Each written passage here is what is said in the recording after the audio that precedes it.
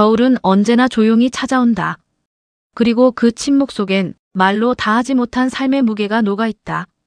강영수, 한때 이름만 대면 모를 사람이 없던 부동산 투자자였다. 사람들은 그를 조용한 재벌이라 불렀다. 하지만 정작 그의 가족들은 그 이름을 몰랐다.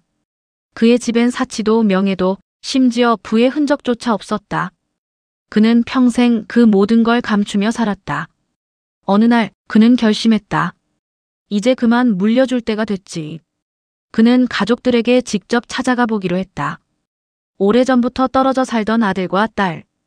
그들을 만나 그동안 쌓아온 재산의 일부를 물려주고 싶었다. 그는 생각했다. 가족이란 건 결국 시간과 정을 함께 나눈 사이일 뿐. 그 말이 진짜인지 확인해보고 싶었다. 첫 번째로 향한 곳은 아들 민수의 집이었다. 신도시 외곽의 아파트 단지. 엘리베이터엔 새해 이벤트 광고가 붙어 있었다. 문 앞에 도착했을 때 영수는 잠시 망설였다. 손에 든 귤 봉지 1개, 그리고 작은 초콜릿 상자. 초인종을 눌렀다. 잠시 후 문이 열렸다. 며느리의 얼굴이 나왔다. 아버님, 어쩐 일이세요? 목소리는 예의 바르지만 놀람과 당혹이 뒤섞여 있었다. 그냥 손주 얼굴도 볼 겸 들렀다. 연락도 없이 이렇게 오시면 곤란해요. 지금 민수도 없어요. 그녀의 시선이 곧장 문 안쪽으로 향했다. 마치 들어오지 말라는 신호처럼. 영수는 작게 웃었다. 그래, 알겠다. 그의 발소리가 계단으로 멀어졌다. 그 뒷모습에 눈송이가 내려앉았다. 그날 밤 그는 딸 민정의 집을 찾아갔다. 그러나 그곳엔 아무도 없었다. 이민 간 지 오래라는 이웃의 말만이 남았다. 하루 종일 걸었고 온몸이 차가워졌다. 그는 공원 벤치에 앉았다. 손에 쥔 귤 봉지가 눈에 덮였다. 그제야 깨달았다. 나는 이미 가족의 기억 속에서 지워진 사람이구나. 그는 천천히 일어나 하얀 거리로 걸어나갔다. 눈발이 거세졌다. 길바닥은 미끄러웠고 그는 한 걸음, 또 한 걸음 내디뎠다. 그 순간 발이 미끄러지며 몸이 크게 휘청였다. 그의 머리가 차가운 인도 바닥에 부딪혔다. 눈앞이 하얗게 번졌다. 그리고 세상은 완전히 사라졌다. 그가 다시 눈을 떴을 때 세상은 달라져 있었다. 눈 위에 누워 있었고 손엔 아무것도 없었다. 지갑도 신분증도 이름도. 그는 자신의 이름조차 기억나지 않았다. 그의 주위를 누군가 스쳐갔다. 사람들은 눈길을 피해 바쁘게 걸었다. 누구도 그를 보지 않았다. 그는 중얼거렸다. 나는 누구였지? 그의 목소리는 눈보라 속으로 사라졌다. 그날 이후 강영수라는 이름은 세상에서 사라졌다. 그는 그렇게 도시의 한 귀퉁이에서 노숙자로 살아가기 시작했다. 밤이면 쓰레기통 옆 박스 속에서 잠을 청했고 낮엔 사람들의 발소리 속을 걸었다. 그의 눈빛엔 여전히 어딘가 품격이 남아 있었지만 세상은 그것을 알아보지 못했다. 시간이 흘러 그의 이름은 잊혔고 그의 과거도 사라졌다. 하지만 아이러니하게도 그의 삶은 그때부터 진짜 인간의 냄새를 배우기 시작했다. 그는 이름을 잃었다. 그날 이후 눈을 떴을 때 세상은 낯설게 변해 있었다. 도로 위엔 사람들의 발자국이 쏟아졌고 그의 시선은 그 틈을 비집고 흘러갔다. 누군가가 지나가며 중얼거렸다. 저 사람, 아직도 저기 있네. 영수는 아무 대꾸도 하지 않았다. 몸은 차가웠고 머리는 여전히 어질거렸다. 길 위의 모든 것들이 그를 밀어내는 것처럼 느껴졌다. 처음 며칠은 길 위에서 버텼다. 공원 벤치 아래, 지하철 출입구 근처, 누군가 버리고 간 상자 하나가 그의 집이 되었다. 밤마다 차가운 공기가 몸속으로 스며들었다. 잠에서 깰 때마다 온몸이 굳어 있었다. 그는 며칠 동안 아무것도 먹지 못했다. 쓰레기통 옆 식당이 버린 음식 조각을 꺼내며 자신의 손을 바라봤다. 거칠고 검게 변한 손끝. 그 순간 어딘가 모르게 익숙한 감각이 스쳤다. 손이 움직이는 각도, 팔의 각도, 균형을 잡는 몸의 무게 중심. 그는 그제야 깨달았다. 자신이 예전엔 몸을 쓰는 일을 했던 사람이라는 것을. 운동선수였을까 아니면 군인이었을까. 하지만 그 어디에도 답은 없었다. 시간이 지나자 그는 거리의 규칙을 배웠다. 쓰레기통 근처에선 절대 다른 사람의 구역을 침범하지 말 것. 무료 급식소엔 순서가 있고 먼저 들어가면 욕을 먹는다는 것. 세상엔 보이지 않는 선이 많았다. 그는 그 선을 넘지 않으려 애썼다. 하지만 세상은 그조차 허락하지 않았다. 한밤중 그가 박스를 덮고 잠들려던 순간 젊은 남자들이 몰려왔다. 야, 거기 우리 자리야. 이런 늙은이들은 꺼져야지. 영수는 조용히 일어섰다. 그들의 손에 들린 쇠파이프가 가로등 불빛 아래서 반짝였다. 말로 좋게 할 때 나가라니까. 그는 아무 말도 하지 않았다. 대신 천천히 자세를 낮췄다. 그들의 움직임이 들어오는 순간 몸이 반응했다. 왼팔로 맞고 오른쪽으로 중심을 돌리며 상대의 팔을 비틀어 넘겼다. 쓰러지는 소리. 숨이 가빠졌다. 남자들은 놀라서 뒷걸음질 쳤다. 그의 눈빛은 차갑게 가라앉아 있었다. 다신 이런 짓 하지 마. 그 한마디에 남자들은 아무 말도 못하고 달아났다. 그는 그대로 무너져 앉았다. 심장이 거세게 뛰고 있었다. 이 몸이 아직 기억하네. 그의 목소리가 공허하게 울렸다. 며칠 후 그는 노숙자 쉼터 근처에서 한 여자를 처음 봤다. 그녀는 다른 사람들과 달랐다. 손에 도시락을 들고 낯선 이들에게 말을 걸었다. 춥죠? 이거 좀 드세요. 그녀의 손끝엔 조그만 따뜻함이 있었다. 영수는 멀리서 그 모습을 지켜봤다. 그녀가 지나가고 나서야 버려진 도시락 한 개가 남아 있었다. 그는 그 도시락을 조심스레 집어들었다. 뚜껑을 열자 김이 모락모락 났다. 세상에 아직 이런 온기가 남아있구나. 그의 손이 떨렸다. 눈앞에 밥 한 숟갈이 이상할 만큼 따뜻했다. 그날 이후 그는 그 여자를 자주 보게 됐다. 매일 같은 시간, 같은 길목, 그녀는 늘 누군가를 돕고 있었다. 그녀의 이름은 아직 몰랐다. 하지만 그 따뜻한 목소리는 유일하게 세상과 자신을 이어주는 끈 같았다. 그의 하루는 여전히 고단했다. 거리엔 냉대가 가득했고 사람들은 노숙자를 투명인간처럼 지나쳤다. 때론 편의점 알바가 그를 쫓아냈고 버스 정류장에 앉아 있다가 경찰에게 끌려 나오기도 했다. 그럴 때마다 그는 묵묵히 자리를 옮겼다. 세상은 잔인했지만 그 안에서도 누군가는 작은 불빛을 지키고 있었다. 그리고 어느 날 밤 그는 그 불빛의 주인 윤서연을 다시 마주하게 된다. 눈이 내리던 날이었다. 서연은 퇴근길에 들른 시장에서 따뜻한 호빵을 하나 사들고 있었다. 그녀의 발걸음이 골목 어귀에서 멈췄다. 박스 위에서 웅크리고 있던 그를 보았다. 얼굴은 상처투성이, 옷은 해져 있었지만 그의 눈빛은 이상하게 단단했다. 그녀는 잠시 망설였다. 그리고 조용히 다가가 호빵을 내밀었다. 추우시죠? 이거 드세요. 그는 놀란 듯 그녀를 바라봤다. 그 시선 속엔 오랜 시간 세상에게 버림받은 이의 경계와 슬픔이 섞여 있었다. 그녀는 조용히 웃었다. 따뜻할 때 드셔야 해요. 그가 떨리는 손으로 호빵을 받았다. 김이 피어올랐다. 그리고 아주 작게 그는 말했다. 고맙소. 그 말 한마디가 영수의 입술에서 얼마나 오랜만에 나온 건지 그 자신도 몰랐다. 그날 밤 그는 처음으로 잠이 들었다. 누군가에게 인정받은 사람처럼 오랜 세월 잊고 살았던 따뜻함 속에서 세상은 여전히 차갑고 그의 기억은 여전히 안개 속이었지만 이상하게도 그녀의 목소리만큼은 또렷하게 남았다. 그는 중얼거렸다. 서연, 그 이름 기억해야겠어. 밤은 길었다. 도시의 불빛은 차갑게 반짝였고 그 속을 걷는 사람들은 모두 바빴다. 그러나 그날 밤 서연의 발걸음은 평소보다 느렸다. 퇴근길 버스에서 내린 그녀는 익숙한 골목으로 들어섰다. 골목 입구 낡은 박스 더미 옆에 그 노인이 있었다. 그는 여전히 같은 곳에서 같은 자세로 같은 하늘을 바라보고 있었다. 서연은 잠시 그를 지켜보다 주머니에서 작은 컵라면을 꺼냈다. 이거 드셔야죠.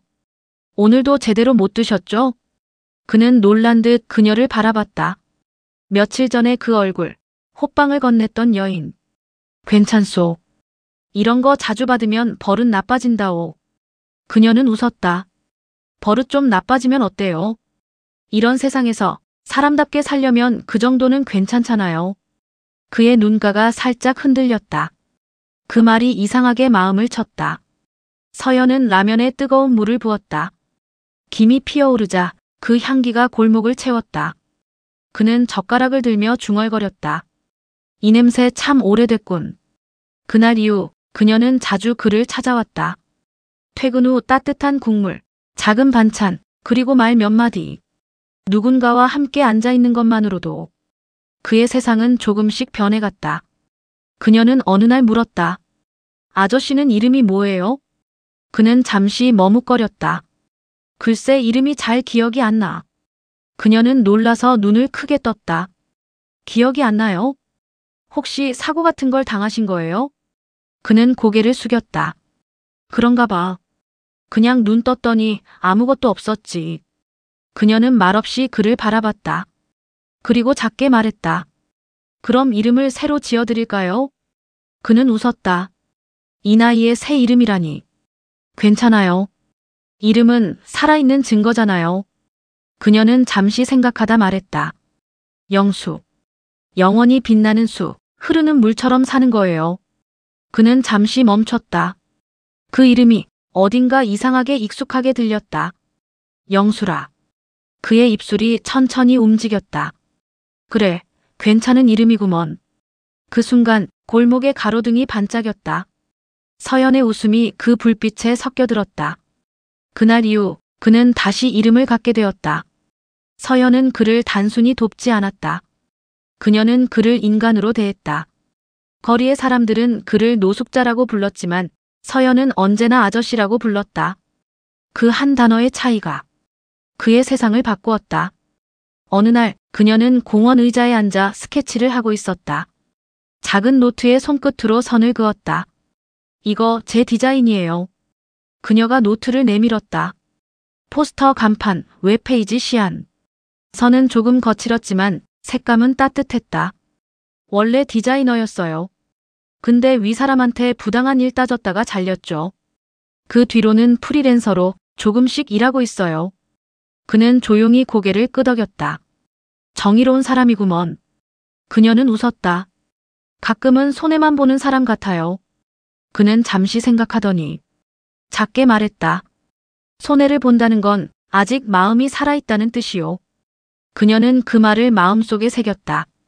그 말에는 묘한 힘이 있었다. 며칠 후 서연은 작은 방 하나를 정리했다. 벽에 붙은 낡은 포스터를 떼고 이불을 하나 더 폈다. 그리고 그에게 말했다. 아저씨, 오늘부터 여기서 주무세요. 그는 놀랐다. 이렇게까지 해줄 필요는 없소. 필요한 게 아니라 사람이니까요. 그 한마디가 그의 마음 깊은 곳을 흔들었다. 그는 고개를 숙이며 말했다. 고맙소 서연 씨. 그녀는 웃었다. 이제 아저씨도 제 이름 외우셨네요. 그는 미소 지었다. 그 이름은 잊기 어려워. 그날 밤 그는 오랜만에 지붕 아래서 잠이 들었다. 창문 밖으로 빗소리가 내렸고 방 안엔 따뜻한 공기가 돌았다. 그의 꿈속엔 낯선 얼굴들이 스쳤다. 아이의 웃음소리, 한 여자의 목소리, 그리고 민수라는 이름. 그는 꿈에서 깨어나 조용히 속삭였다. 민수 누구였지? 머릿속 어딘가에서 희미한 전등불이 깜빡였다. 그 빛은 아직 약했지만 곧 그를 어디론가 이끌 듯 흔들리고 있었다. 그는 잠시 눈을 감았다. 이 아이 옆이라면 나도 다시 살아날 수 있을까? 봄이 올 무렵 서연의 마을은 다시 시끄러워졌다. 오래된 담벼락 위로 재개발 구역 지정 통보라는 붉은 글씨가 붙어 있었다. 사람들은 불안했고 집집마다 붙은 스티커는 마치 운명처럼 느껴졌다. 그녀는 서류를 들고 구청을 찾았다. 보상금이 이게 다인가요? 저희는 갈 곳이 없어요. 직원은 담담히 말했다. 규정상 정해진 금액입니다. 그 말은 언제나 똑같았다. 그녀는 한숨을 쉬며 사무실을 나왔다. 밖은 봄 햇살이었지만 그녀의 마음은 여전히 겨울 같았다.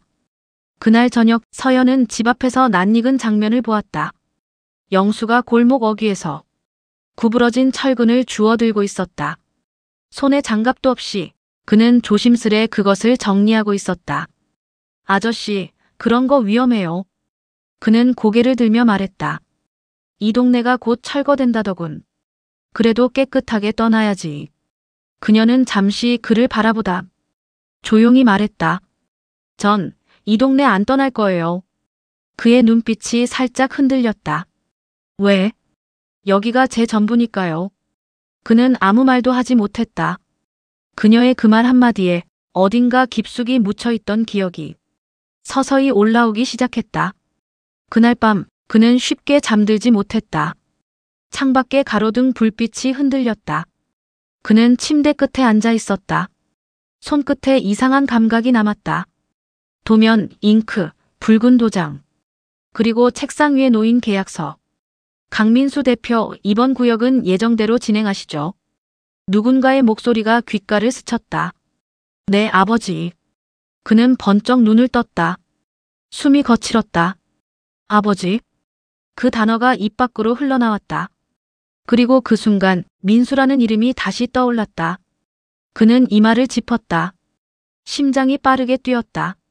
민수, 그 아이가 내 아들이었나? 기억의 조각이 뒤섞이고 있었다. 희미한 얼굴, 어린 시절 웃던 아이, 그리고 차가운 말투의 어른. 그는 두 손으로 얼굴을 감쌌다. 세상은 천천히 뒤집히고 있었다. 다음 날 마을엔 낯선 사람들이 들어왔다. 정장을 입은 사내들, 그리고 그들 뒤로 보이는 굴착기. 사람들은 불안하게 웅성거렸다. 오늘이 측량 나온다던 날이래. 이제 진짜 밀어버리는 거 아냐? 그때 서연이 그들 앞으로 나섰다. 잠깐만요. 여기 주민 동의도 안 받았어요. 그녀의 목소리가 골목을 울렸다. 한 남자가 걸음을 멈췄다. 30대 후반쯤 되어 보이는 남자. 깔끔한 정장, 냉정한 표정. 그가 말했다. 저는 강민수입니다. 해당 구역 시공 책임자예요. 그 순간 멀찍이서 그 광경을 지켜보던 영수의 몸이 굳었다. 그 이름, 그 얼굴. 피가 식는 듯한 감각이 지나갔다. 민수는 주민들에게 설명을 이어갔다. 모상 절차는 진행 중입니다. 모두가 더 나은 환경에서 살게 될 겁니다. 하지만 그 말은 이 골목 사람들에게 아무 의미가 없었다. 그녀가 말했다. 더 나은 환경이라뇨? 이 사람들은요, 그저 살던 집을 지키고 싶을 뿐이에요. 민수는 잠시 그녀를 바라봤다. 그 눈빛엔 냉정함 대신 어딘가 묘한 흔들림이 있었다. 그녀의 얼굴이 누군가를 떠올리게 했다. 하지만 그는 고개를 돌렸다. 그때 뒤편에서 누군가가 천천히 다가왔다. 영수였다. 그의 눈빛은 깊었다. 멀리서 아들을 바라보는 아버지의 시선.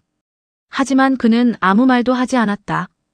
그저 묵묵히 그 자리를 떠났다. 그날 밤 영수는 오래된 거울 앞에 앉았다. 거울 속엔 낯선 얼굴이 있었다. 하지만 그 낯설 속엔 잊고 싶었던 진실이 숨어 있었다. 내가 그 애의 아버지였구나. 그는 조용히 속삭였다. 손끝이 떨렸다. 그는 세상에서 자신을 버렸다고 생각했지만 이제는 자신이 세상을 버렸다는 걸 깨달았다. 민수, 너도 결국 나처럼 되었구나. 그의 목소리가 흔들렸다. 그 눈빛 속엔 후회와 그리움이 한꺼번에 얽혀 있었다. 창밖에선 봄비가 내리고 있었다. 서연은 창가에서 노트를 펼쳐 새 디자인을 그리고 있었다. 그녀는 모른다. 지금 이 집안에서 그 노숙자로 보이던 남자가 자신의 마을을 밀어버릴 회사 대표의 아버지라는 걸. 그녀는 말했다. 아저씨, 오늘은 뭔가 이상해 보여요. 무슨 일 있으세요? 그는 잠시 그녀를 바라보다 미소 지었다. 그냥 오래된 기억이 조금 돌아왔을 뿐이요. 좋은 기억이었어요? 아니, 지금은 아직 모르겠어. 좋았던 건지 나빴던 건지. 그의 말 끝에 짧은 침묵이 흘렀다. 그 침묵 속에서 기억의 문이 조금 더 열리고 있었다. 기억은 늘 그림자처럼 따라온다.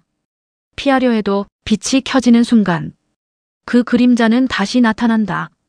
그는 이제 알았다. 세상은 자신을 버린 게 아니라 자신이 세상을 외면했던 것이었다는 걸. 그리고 어쩌면 이젠 그 빛을 마주할 시간이었다. 시간은 조금 흘러 초여름의 바람이 불었다. 골목의 담벼락엔 철거 예정 구역이라는 현수막이 발해 있었다. 사람들은 여전히 불안했고 하루하루가 마치 유예된 시간처럼 흘러갔다. 그 사이 영수는 조금씩 변해가고 있었다. 기억의 조각이 돌아왔고 그의 눈빛엔 더 이상 공허함이 없었다. 그러나 그는 여전히 그 사실을 서연에게 숨겼다. 그녀에게 자신이 누구였는지 말하지 않았다. 그저 평범한 노인으로 그녀의 곁에서 하루를 쌓아갔다. 서연은 요즘 밤마다 일을 했다. 디자인 의뢰를 받고 새벽까지 컴퓨터 앞에 앉아 그림을 그렸다. 가끔 영수가 말했다. 너무 늦게 자면 건강 망친다. 괜찮아요. 이게 제 꿈이니까요. 그의 눈엔 자랑스러움이 비쳤다. 그녀의 노력, 그 불빛은 그가 잃어버렸던 인생의 의미를 조금씩 되살리고 있었다. 그러던 어느 날 서연이 조용히 말했다. 아저씨, 오늘 구청에서 연락 왔어요. 이번 달 안에 이 구역 철거 들어간대요. 그의 손이 멈췄다. 그래서? 이제 나가야 한대요. 그녀는 웃으려 했지만 눈가가 떨렸다. 보상금으론 전세도 못 들어가요. 그냥 다 잃는 거죠. 영수는 아무 말도 하지 않았다. 하지만 그날 밤 그는 오랜만에 한 가지 결심을 했다. 그는 새벽에 집을 나섰다. 거리는 조용했고 골목은 이른 안개에 덮여 있었다. 그는 천천히 걷다가 버스 정류장 앞에서 멈췄다. 그곳엔 낡은 신문이 하나 떨어져 있었다. 신문 구석 작은 기사 하나가 눈에 들어왔다. 강민수 대표 신도시 재개발 2차 구역 착공 예정. 그의 눈이 흔들렸다. 민수. 자신의 아들 이름이었다. 그는 신문을 접어 품에 넣었다. 그리고 오래된 공중전화 앞으로 걸어갔다. 버튼 위에 손가락을 올렸다. 오래된 습관처럼 그의 손이 정확한 번호를 눌렀다. 기억이 아니었다. 몸이 기억하고 있었다. 강산개발 본사. 신호음이 울렸다. 잠시 후 익숙한 남자의 목소리가 들려왔다. 네, 강산개발입니다. 그는 입을 열지 못했다. 그 목소리는 잊을 수 없는 아들의 음색이었다. 그리고 그는 전화를 끊었다. 숨이 가빠졌다. 그래, 아직 늦지 않았다. 그는 조용히 속삭였다. 이제 나부터 해야 할 일이 있다. 그날부터 영수는 움직이기 시작했다. 낡은 노트를 꺼내 손으로 계산을 적었다. 땅가, 구역번호, 도면, 구청 담당자 이름. 그의 글씨는 느리지만 정확했다. 그는 여전히 머릿속에 부동산 구조와 계약 체계가 모두 남아 있었다. 이 구역 10년 전 내가 매입한 땅이었지. 그의 기억이 하나씩 되살아났다. 그는 몰래 공문서를 조회했고 토지 명의는 아직도 자신의 법인으로 남아 있었다. 그는 중얼거렸다. 그럼 아직 내 손 안에 있단 소리지. 며칠 후 영수는 구청 앞에서 한 남자를 만났다. 혹시 여기 재개발 담당자분 계신가요? 아, 네. 강민수 대표님 관련 건이시죠? 그는 고개를 끄덕였다. 그 친구 요즘 바쁘겠지. 바쁘죠. 착공 바로 앞두고 있으니까요. 그는 잠시 웃었다. 그럼 이거 좀 전해주시겠어요? 그는 서류 봉투 하나를 건넸다. 그 안에는 토지 소유권 이전 보류 요청서가 들어있었다. 직원은 의아한 얼굴로 물었다. 이건 누구 명의로? 성북자산개발. 대표는 강영수요. 직원의 얼굴이 굳었다. 예. 그 회사 지금은 해산된 걸로 알고 있는데요. 그는 웃었다. 아직 완전히 사라진 건 아니오. 그날 밤 민수의 사무실에 전화 한 통이 걸려왔다. 대표님, 재개발 구역 내 일부 토지가 다른 법인 명의로 확인됐습니다. 다른 법인? 네, 성북자산개발이라고. 민수의 눈이 커졌다. 그 이름 아주 오래전 자신의 아버지가 운영하던 회사였다. 그게 아직 살아있었단 말이야? 그는 낮게 중얼거렸다. 그리고 그 순간 어딘가에서 오래된 그림자가 깨어나기 시작했다. 며칠 후 서연은 영수가 사라진 걸 알았다. 그의 침대는 비어 있었고 책상 위엔 쪽지 한 장이 남아 있었다. 잠시 다녀오. 불빛은 꺼지지 않게 지켜주시오. 그녀는 쪽지를 들고 한참을 서 있었다. 왠지 모르게 눈물이 났다. 아저씨. 그녀는 작게 속삭였다. 이번엔 제가 불을 지킬게요. 영수는 밤거리를 걸었다. 그의 발걸음엔 망설임이 없었다. 기억은 돌아왔고 이제는 행동할 시간이었다. 그는 하늘을 올려다봤다. 가로등 불빛이 유난히 밝았다. 그는 중얼거렸다. 사람이란 건 말이지. 결국 누군가를 위해 다시 걷게 되는 법이야. 그의 실루엣이 어둠 속으로 사라졌다. 하지만 그 발자국마다 새로운 길이 열리고 있었다. 도시는 잠들지 않았다. 그러나 그 밤의 불빛은 누군가에게는 희망이 아니라 불안의 신호였다. 서연의 골목엔 다시 차량들이 들이닥쳤다. 측량 장비 공사 인부들, 그리고 강산개발 로고가 새겨진 노란 조끼들. 사람들은 웅성거렸다. 이번엔 진짜 밀어버리는 거 아니야? 민수란 사람이 이 일 맡았대. 그 이름이 서연의 귀에 들어왔다. 강민수. 어디서 들어본 것 같았다. 신문에서, 통지서에서, 그리고 언젠가 아저씨의 입에서도. 그녀는 마음이 불편했다. 그날따라 영수는 아침부터 어딘가 멍했다. 그는 하루 종일 창문 밖만 바라보았다. 그날 오후 민수는 구청 회의실에 앉아 있었다. 서류 위에는 여러 번 봤던 지번표가 놓여 있었다. 대표님, 문제의 구역은 이곳입니다. 직원이 가리킨 지도 속에 붉은 선으로 표시된 한 구역이 있었다. 민수는 그것을 바라보다가 문득 멈췄다. 지도 한쪽 작은 글씨. 성북자산개발 지분 14% 보유. 그는 고개를 들었다. 이 법인, 지금도 유효한가요?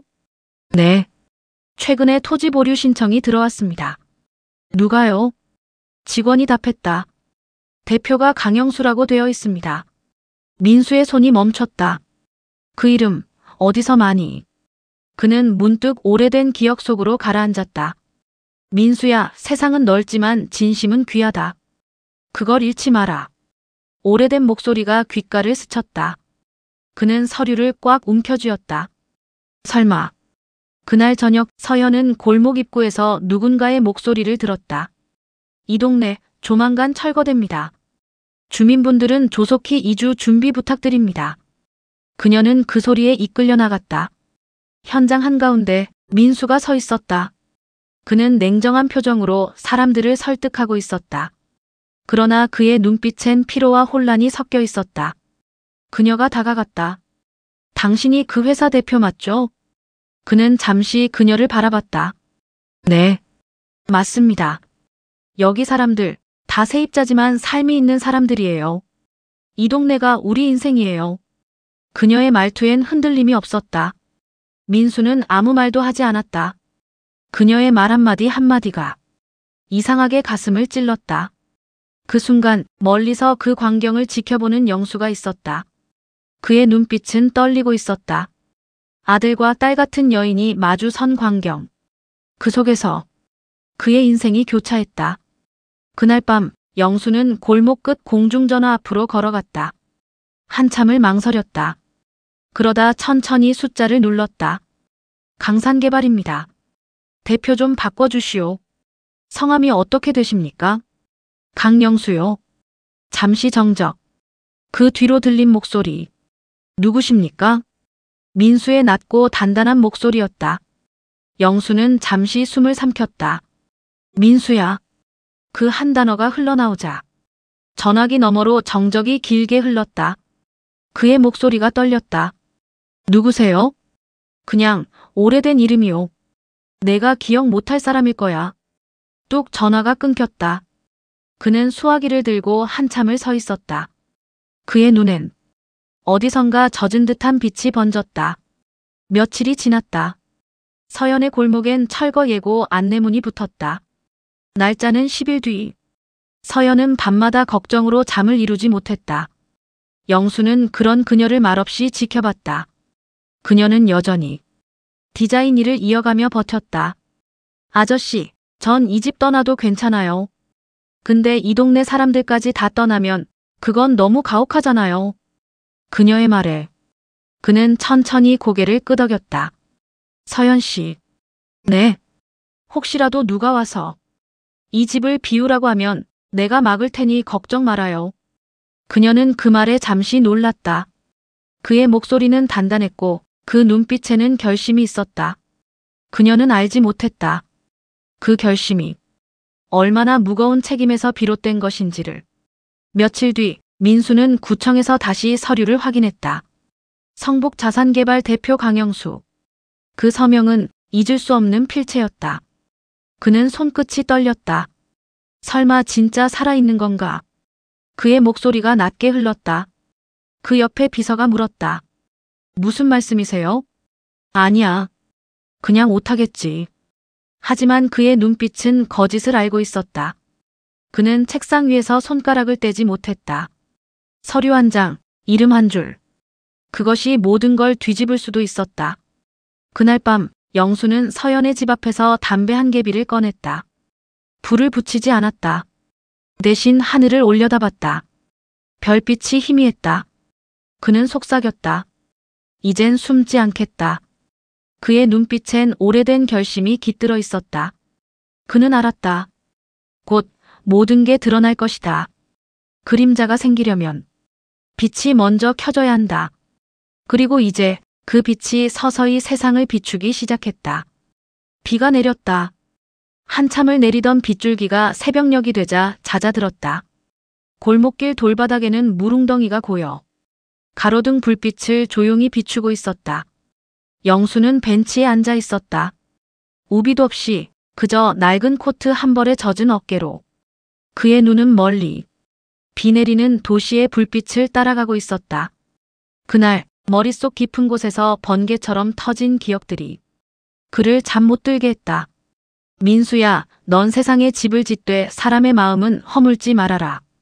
내 이름으로 남긴 이 땅, 내가 지켜야 한다. 그는 천천히 눈을 감았다. 기억은 돌아왔지만 마음은 무너져 있었다. 자식들에게 실망한 게 아니었다. 그저 그렇게밖에 살아온 자신이 부끄러웠다. 며칠 뒤 서연은 출근 준비를 하고 있었다. 좁은 방 안엔 햇살이 부서졌고 책상 위엔 디자인 스케치들이 흩어져 있었다.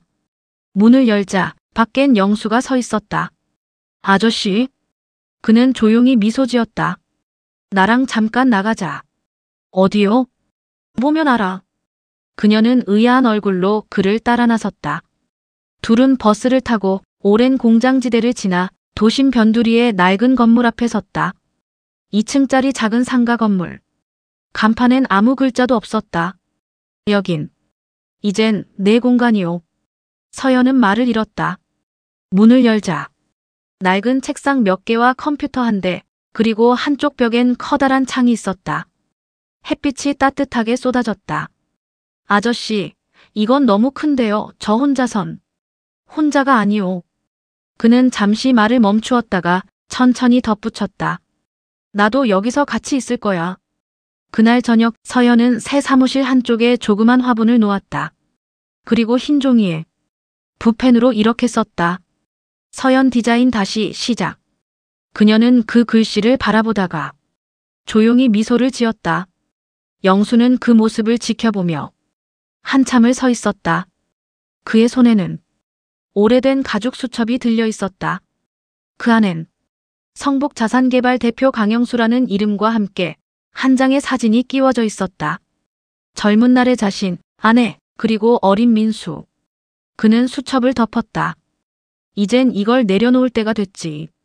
며칠 후 영수는 서연에게 커피 한 잔을 건네며 말했다. 서연 씨, 이 노인네가 말이야. 요즘 가끔 기억이 돌아와. 그녀는 놀란 눈으로 그를 보았다. 정말요? 응. 조금씩. 그는 천천히 창밖을 바라봤다. 그동안은 그저 살아내는 게 전부였는데 이젠 살아갈 이유가 생겼어. 그녀는 미소 지었다. 그 이유가 저인가요? 그는 고개를 끄덕였다. 그래. 너 덕분에 내가 다시 세상을 봤어. 그녀의 눈가가 붉어졌다. 아저씨. 그는 손을 내밀었다. 이제 아저씨 말고 아버지라고 불러도 되겠나? 잠시의 정적. 그녀의 눈에서 눈물이 떨어졌다. 내 아버지. 그 한마디가 오랜 세월의 상처를 덮어버렸다. 그날 이후 둘은 마치 오래된 가족처럼 살았다. 서연은 낮에는 디자인 일을 하고 영수는 서류를 정리하며 그녀의 곁을 지켰다. 가끔 커피를 내리고 가끔 창가에서 책을 읽었다. 서연은 종종 그를 몰래 바라보았다. 노숙자였던 그 사람, 지금은 인생의 스승이 되어 있었다. 그녀는 알 수 있었다. 그가 단순한 사람이 아니라는 걸. 그의 눈빛, 그의 말 한마디마다 삶의 무게가 있었다. 그녀는 언젠가 물었다. 아버지, 혹시 옛날에 땅이나 건물 같은 일 하셨어요? 그는 웃었다. 뭐, 조금은. 그런데 그게 다 무슨 소용이겠나? 그녀는 더 묻지 않았다. 대신 손끝으로 화분의 흙을 만지며 말했다. 이젠 여기서부터 다시 하면 돼요. 그의 미소가 햇살처럼 번졌다. 영수는 밤마다 수첩을 펼쳤다. 그리고 한 장의 사진을 꺼내 조용히 바라봤다. 민수야. 그 이름을 부를 때마다 가슴이 저릿하게 아팠다. 그러나 이제는 그 아픔이 슬픔이 아니라 되돌아가야 할 길의 불빛처럼 느껴졌다. 그는 창문을 열고 도시의 바람을 들이켰다. 멀리서 들려오는 철거 기계 소리, 시멘트 부서지는 소리, 그리고 다시 세워질 새 건물의 소리. 모든 게 그의 지난 세월 같았다.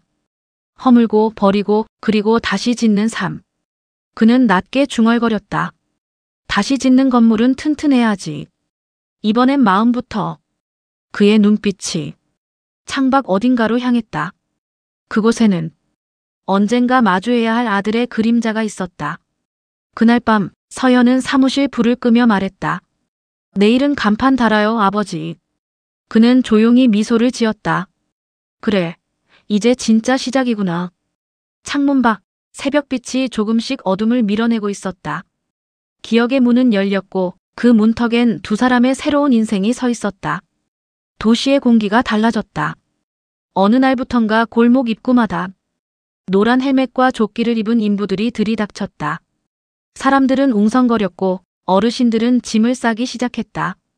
하얀 먼지가 바람에 섞여 날렸다. 그곳은 서연의 집이 있는 재개발 2지구. 영수는 창문 너머로 그 풍경을 말없이 바라봤다. 이제 정말 시작이구나. 그의 입에서 새어나온 한마디. 그 말 속엔 결의와 회한이 동시에 섞여 있었다. 그는 안다.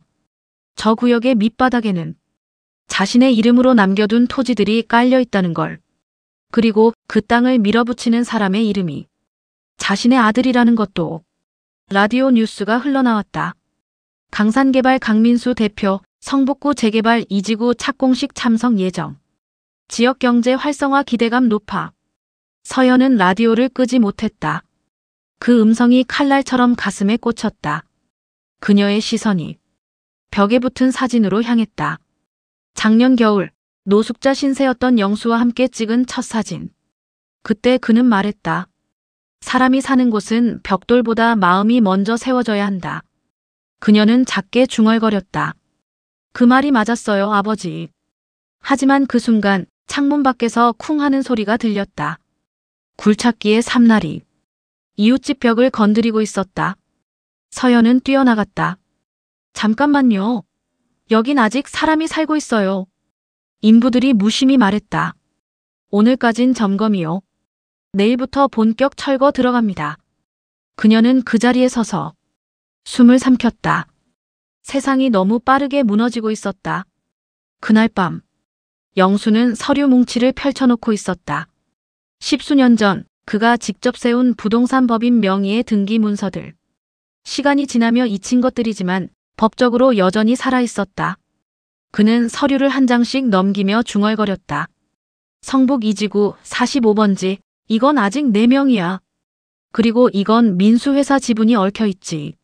서류 위로 손끝이 떨렸다. 그는 오래된 수첩을 꺼내 한 문장을 적었다. 누가 시작했든 끝은 내가 맺는다. 다음 날 영수는 정장을 꺼내 입었다. 노숙 시절 내내 입던 낡은 코트 대신 이제는 새로 다려진 셔츠와 회색 재킷. 서연이 놀란 눈으로 물었다. 아버지, 어디 가세요? 조금 볼 일이 있어서. 건강 안 좋아지셨잖아요. 또 밖에 오래 계시면. 괜찮다. 그는 미소를 지었다. 이제는 나도 내일 좀 해야지.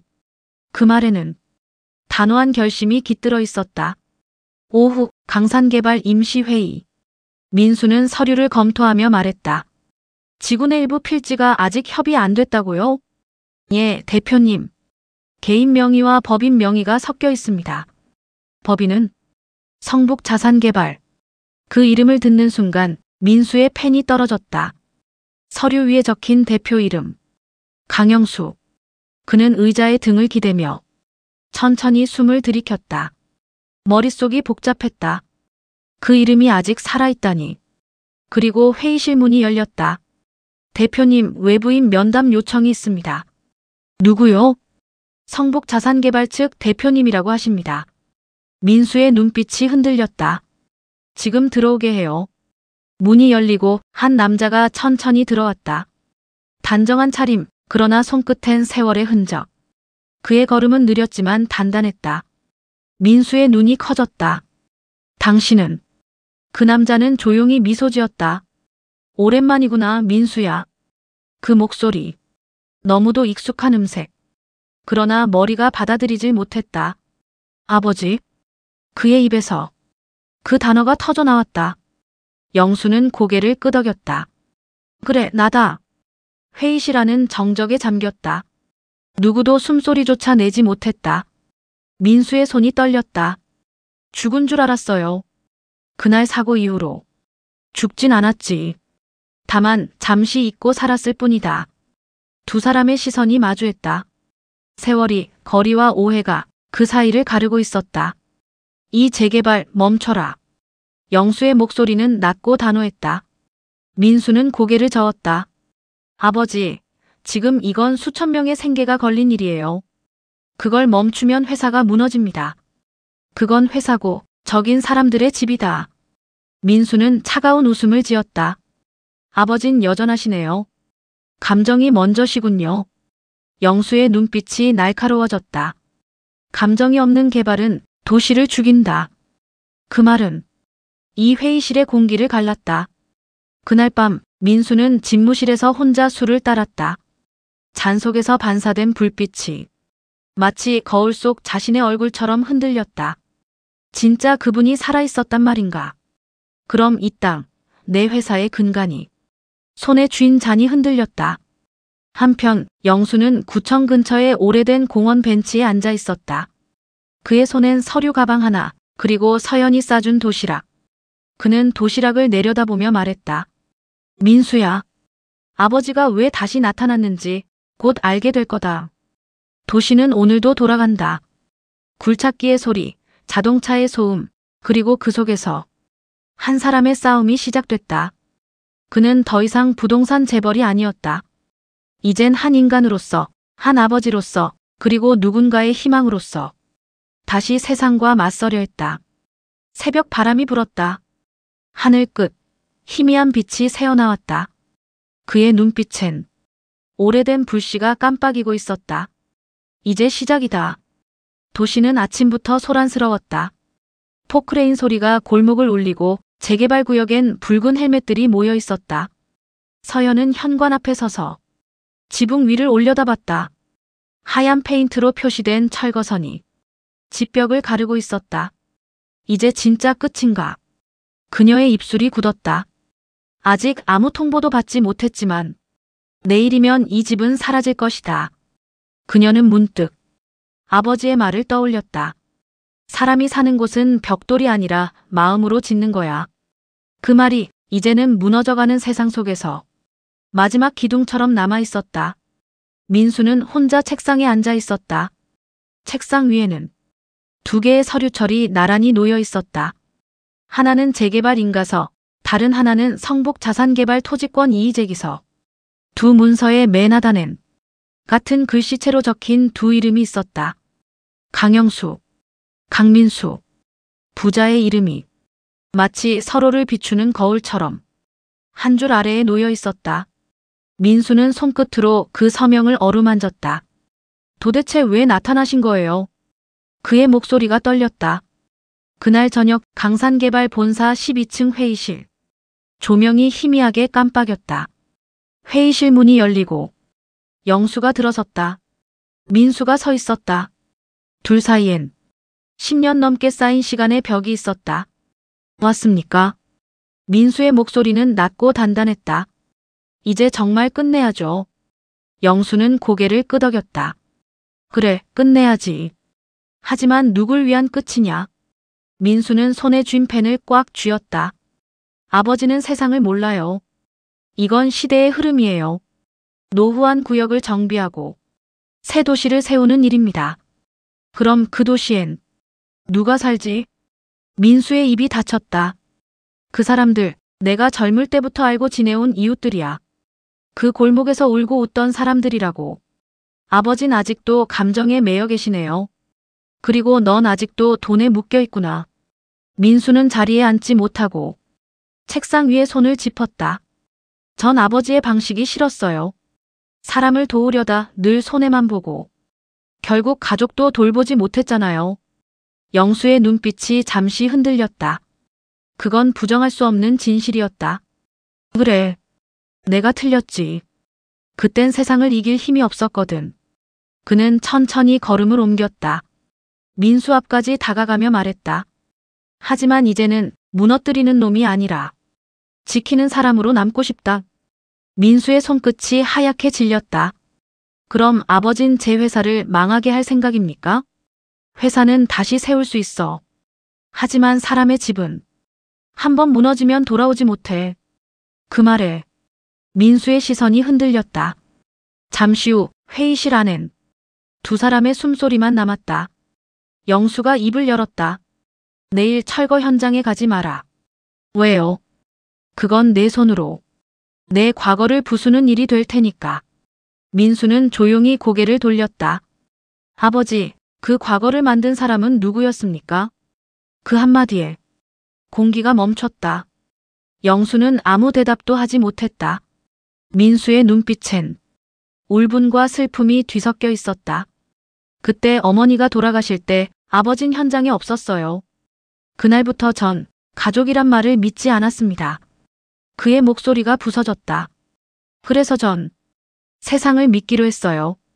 돈과 계약서, 그게 전부였죠. 영수는 고개를 숙였다. 손끝이 떨렸다. 미안하다 민수야. 그 말이 입 밖으로 나오는데 이렇게 오래 걸릴 줄은 몰랐다. 나는 아버지로 살지 못했다. 민수의 눈가가 흔들렸다. 그가 고개를 돌렸을 때 눈동자 속엔 울음보다 더 깊은 공허가 있었다. 이제 와서 미안하면 뭐합니까? 그는 자리에서 일어났다. 이 도시는 누구의 감정으로 멈출 수 있는 게 아닙니다. 영수가 천천히 말했다. 그래, 그래서 아버지가 나선다. 그의 음성은 낮고 단단했다. 이젠 내 방식으로 끝낼 거야. 다음 날 아침. 현장은 이미 시끄러웠다. 철거선 안쪽에서 포크레인의 팔이 움직이고 있었다. 서연은 사람들 사이에서 소리쳤다. 멈춰요. 여긴 아직 승인 안 된 구역이에요. 현장 감독이 외쳤다. 대표님 지시입니다. 그때 한쪽에서 누군가 천천히 걸어왔다. 양복 차림의 노인, 서류 가방 하나 들고. 사람들이 웅성거렸다. 저 사람 누구야? 영수가 현장 안으로 들어섰다. 작업 멈추시오. 그의 목소리가 현장의 소음을 뚫고 울려 퍼졌다. 이 구역은 지금부터 법적 효력 정지다. 직원이 다가왔다. 누구십니까? 그는 서류를 내밀었다. 성북자산개발 대표 강영수요. 그 순간 현장이 정지됐다. 포크레인 팔이 멈추고 모든 시선이 그에게 쏠렸다. 그는 굳게 서 있었다. 비로소 한 사람의 아버지로. 그날 오후 민수는 사무실에서 그 소식을 들었다. 그는 말없이 창문을 바라봤다. 아버지가 직접 현장에 들어가셨다고요? 비서가 고개를 끄덕였다. 민수는 천천히 눈을 감았다. 그의 손이 떨렸다. 그는 속삭였다. 그래요, 아버지. 이제 당신 뜻대로 해보세요. 하지만 이건 끝이 아닙니다. 그 말이 공기 속에 흩어졌다. 창밖엔 비가 내리고 있었다. 도시는 여전히 굴러가고 있었다. 그러나 그날 한 사람의 양심이 깨어났다. 그리고 심판의 서막이 열렸다. 비가 그친 새벽, 도시는 잠시 멈춰 있었다. 하얀 안개가 골목을 덮고 무너진 담벼락 위로 햇빛이 천천히 스며들고 있었다. 그곳 철거선이 멈춘 자리엔 아직 한 채의 집이 서 있었다. 서연의 집. 창문에는 철거 보류 구역이라는 빨간 도장이 찍혀 있었다. 그 아래엔 작게 쓰인 한 줄. 성북 자산개발 대표 강영수의 요청에 따라 인도 유예 결정. 그 문장을 본 서연은 입술을 꽉 깨물었다. 아버지 진짜로 막으셨구나. 그녀는 울지 않았다. 그 대신 두 손을 모아 고개를 숙였다. 그날 이후 영수는 병원에 입원했다. 현장에서 서류를 들고 버티던 중 과로와 고혈압으로 쓰러진 것이다. 그는 며칠 동안 의식을 잃었다. 하지만 눈을 떴을 때 제일 먼저 들려온 목소리는 낯익은 한마디였다. 아버지. 그는 천천히 고개를 돌렸다. 민수가 서 있었다. 정장 대신 셔츠 차림, 그의 얼굴엔 피곤함이 짙게 묻어 있었다. 많이 늦었지. 영수의 목소리는 나직했다. 민수는 아무 말 없이 아버지의 손을 잡았다. 손등엔 오래된 굳은 살이 느껴졌다. 이 손. 민수의 눈가가 흔들렸다. 이 손으로 사람의 집을 짓던 아버지였는데 그는 고개를 숙였다. 그걸 잊고 살았습니다. 영수는 조용히 웃었다. 이제라도 기억했으면 됐다. 며칠 뒤 서연이 병실을 찾았다. 그녀의 손에는 하얀 봉투 하나가 들려 있었다. 이건 새 디자인 제안서예요. 이 지역 재개발 이후에도 남겨질 수 있는 공간을 만들고 싶어서요. 영수가 고개를 들었다. 남겨질 공간? 네. 그녀는 미소를 지었다. 그동안 사람들이 잃어버린 기억을 담을 수 있는 곳. 공원, 작은 갤러리, 그리고 아이들이 뛰어놀 수 있는 마당. 민수가 그 말을 들었다. 그의 눈빛이 잠시 흔들렸다. 그거 괜찮네요. 그는 서류를 받아들었다. 서연 디자인 기억의 마을 재생 프로젝트. 그는 낮게 웃었다. 이름도 좋네. 서연은 고개를 숙였다. 저 혼자서는 못해요. 아버지가. 그리고 민수 씨가 도와주셔야 해요. 병실 안이 조용해졌다. 세 사람의 눈빛이 처음으로 같은 방향을 향했다. 며칠 후 서연의 마을은 다시 움직이기 시작했다. 이번엔 철거가 아니라 복원이었다. 남아있던 담벼락에 색을 입히고 공터엔 새 화단이 만들어졌다. 아이들이 웃으며 뛰놀았고 어르신들은 오래된 벤치에 앉아 햇살을 쬐었다. 민수는 그 광경을 멀리서 지켜봤다. 이게 진짜 개발인가 봅니다. 영수가 고개를 끄덕였다. 그래, 사람이 다시 돌아오는 게 진짜 개발이지. 그는 한참 동안 골목을 바라봤다. 무너졌던 곳에 새 생명이 피어나는 걸 보며 조용히 속삭였다. 이제야 끝이 보이는구나. 어느 봄날 오후 작은 개업식이 열렸다. 현수막에는 서연 디자인 기억의 마을 프로젝트 사무소 개소식 이라는 글자가 붙어 있었다. 꽃다발과 함께 두 남자가 나란히 서 있었다. 영수, 그리고 민수. 그들 곁에 서연이 웃고 있었다. 이제 가족 사진 한 장 찍어요. 영수는 잠시 망설였다. 그러나 서연이 손을 잡았다. 아버지, 이제 숨지 말아요. 그는 미소를 지었다. 그래, 이젠 숨을 이유가 없지. 찰칵. 카메라 셔터가 울렸다. 그 순간 시간이 멈춘 듯 고요했다. 해가 기울고 골목엔 다시 불빛이 켜졌다. 그 불빛은 예전보다 더 부드러웠다. 사람들의 웃음, 아이들의 목소리, 그리고 살아있는 마을의 숨결이 그 불빛 속에서 반짝였다. 영수는 천천히 걸었다. 손에 들린 지팡이를 바닥에 짚으며 하늘을 올려다봤다. 민수야, 내 아버지. 이제 진짜로 사람이 사는 집을 지어보자. 민수는 고개를 끄덕였다. 네. 이번엔 마음부터 짓겠습니다. 영수는 미소를 지었다. 그의 눈가에 햇살이 비쳤다. 그게 바로 아버지가 바라던 세상이다.